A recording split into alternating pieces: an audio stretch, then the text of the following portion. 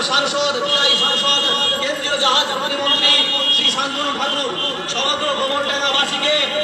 পথসভা চলাকালীন স্টেজ ভেঙে বিপত্তি, অল্পের জন্য দুর্ঘটনার হাত থেকে রক্ষা বনগাঁ লোকসভা বিজেপি প্রার্থী শান্তনু ঠাকুরের। ওই মঞ্চেই ছিলেন বিধায়ক অশোক কীর্তনিয়া এবং বিধায়ক সুব্রত ঠাকুর। রবিবার সন্ধ্যায় ঘটনাটি ঘটে গোবরডাঙ্গা পিকোলা মোড় এলাকায়। বনগাঁ লোকসভার বিজেপি প্রার্থী শান্তনু ঠাকুরের সমর্থনে একটি মিছিলের আয়োজন করা হয় গোবরডাঙ্গা এলাকায়। মিছিল শেষে স্টেজে উঠে বক্তব্য রাখতে গিয়েই ঘটে এই বিপত্তি। তবে বড় সড় দুর্ঘটনার হাত থেকে রক্ষা পাওয়া গেছে।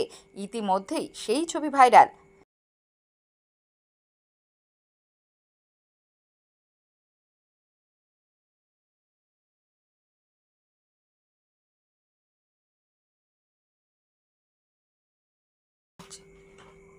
কি বলছেন আশিস ব্যানার্জি, শুনে নেব। স্টেজটা ভাঙলো কি করে? স্টেজ কোনো ভাঙা প্রশ্নই আসে না।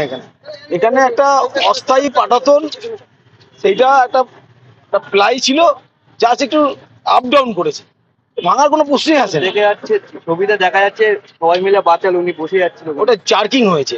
ব্যাপারটা হলো এটা অস্থায়ী পাটাতন, দেখবেন আপনারা খেয়াল করুন যে ওখানে নিচে কোনো বাসের খুঁটিও ছিল না, তাতে কি করে স্টেজ হয়? একটা অস্থায়ী স্টেজ, যাতে আমরা ওখানে র্যালিটা শেষ করেছি, যাতে এখানে আমাদের প্রার্থী তার বক্তব্যের মাধ্যমে র্যালিটা এখানে শেষ হয়েছে। কি নাম? আশিস ব্যানার্জি, মন্ডল সভাপতি, গোবরডাঙ্গা পৌরমন্ডল। তৃণমূলের পক্ষ থেকে শঙ্কর দত্ত এ সম্পর্কে কি বলছেন শোনাবো। এটা তো খারাপ লাগার, কোনো দুর্ঘটনাই কাম্য নয়। মাননীয় সাংসদ সুস্থ থাকুন, তার যেন শারীরিক কোনো অসুবিধা না হয়, আমি এই কামনা করব।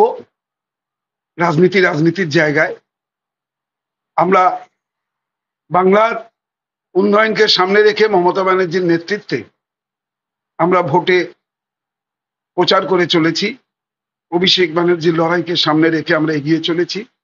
আমরা নিশ্চিত বনগাঁ সংসদীয় কেন্দ্রে আমাদের দলীয় প্রার্থী বিশ্বজিৎ দাস প্রচুর ভোটে জয়লাভ করবেন এবং ভারতবর্ষের বুকে ইন্ডিয়ার নেতৃত্বে জোট সরকার তৈরি হবে।